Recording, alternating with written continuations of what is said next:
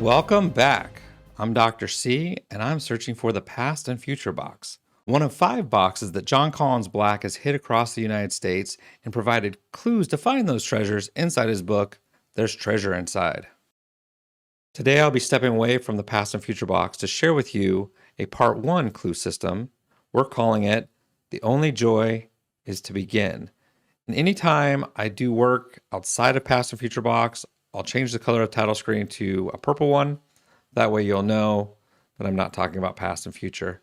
However, some of these things might be connected, so keep that in mind. If you had a chance to see my previous video, I discussed word weaving, a design technique where multiple clues are interconnected through a single hidden word or concept that binds the puzzle structure together. My intention was to share with you a word weaving exploration of the word genius. As you know, it appears in the past and future chapter 2 times. It also appears in the how to read this book section. In fact, I was looking into the quote, "I'm not a genius, so creating some complex cipher or grand secret code is beyond my scope." That led me to read the rest of the chapter and lead into the quote at the bottom. So in the future, I intend on sharing a video that talks about genius in the several spots that it appears throughout the book and how some of those parts actually connect to a solution for the past and future box. But today, we're going to take a look at what I found. Also discussed in my previous video was cryptic crosswords, and we're going to apply a little bit of that today. So if you didn't get a chance to see that last video, basically I went into cryptic crosswords. I'll show you the example I used. It was an example from the book. And it was sharing these unique clues keeps beginners baffled. And what we did was we located the indicator, which is the word that is meant to manipulate the fodder. And then there's the definition, which is baffled. And the fodder is sharing these unique clues. And the indicator tells us to use the beginning letter of each of the fodder's words. So we used S-T-U-C-K, stuck. And if you're stuck, you're baffled. And I explained how that worked. But what we're going to do is we're going to use that again today. We're going to look for our indicator. As I was looking over how to read this book, page 17, where there's 2 occurrences of the word genius in the word weave, I began to notice a few things on this page. So the one thing that I noticed was that the quote by Cesar Pavese is in black and his name is in red. Now, this doesn't occur anywhere else in the book. And I also noticed the one line that stood out was, now what could be better than that? John was talking about going boots on the ground and take a friend, bring a picnic, find a treasure. And then he said, now what could be better than that? And then this quote follows, "The only joy in the world is to begin." This stuck out at me. A couple things stuck out at me. Number 1, he uses the word begin, and that is an indicator. And you're like, okay, well, what do I do with that? Well, right above that line sort of stands out. So I was like, okay, that's probably my fodder, and that's what I'm going to be working on.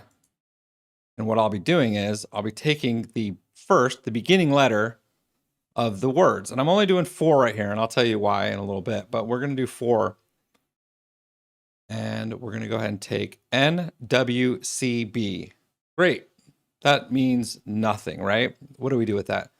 Well, part of the quote, there's an answer, Caesar. And what do we do with Caesar? Well, we do a shift, right? Okay, well, let's just shift it all and come up with something. No, it's going to be simpler than that. We're going to shift by the number of letters contained in their name. So we have 12 letters in their name. And if we look at those letters by themselves, and we go ahead and shift 12, we're going to get Z-I-O-N,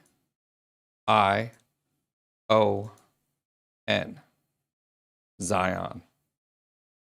I know this is not going to be a popular clue system. I'm sure no one's thinking of looking in Zion National Park, but there's more. There's actually one other place where our name is in red, but the quote is in black. That's actually in the introduction on page 14. John Collins signs his name in red, and he says, "Yours in the hunt, John Collins Black." So we're like, okay, would we apply the same technique that we just did in that last section? Let's go ahead and try that. We're going to go ahead and take the beginning letter of each of these words. We have Y-I-T-H. But are we shifting this 12? Well, we have a new name. And we're going to go and count every character, including the hyphen. So let's count those out. We have 16.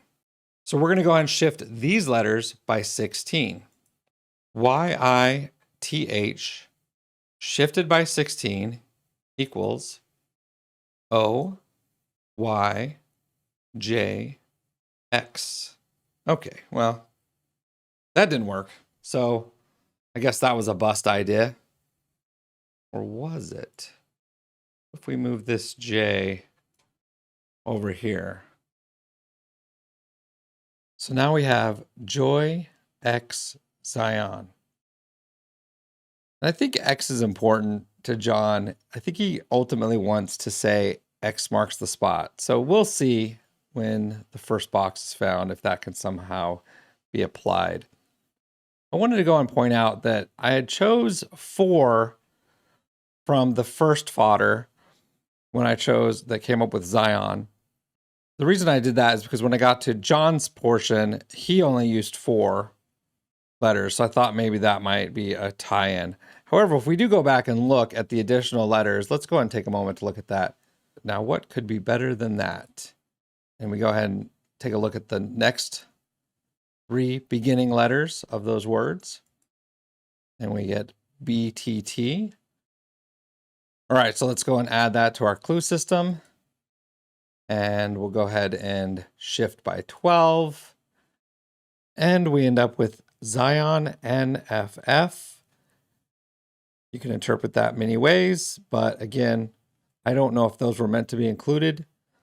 And again, I honestly don't know if any of this is meant to be included. I just thought it was a neat connection. Definitely some pattern recognition involved in spotting this clue. So thanks for watching, and we'll see you next time.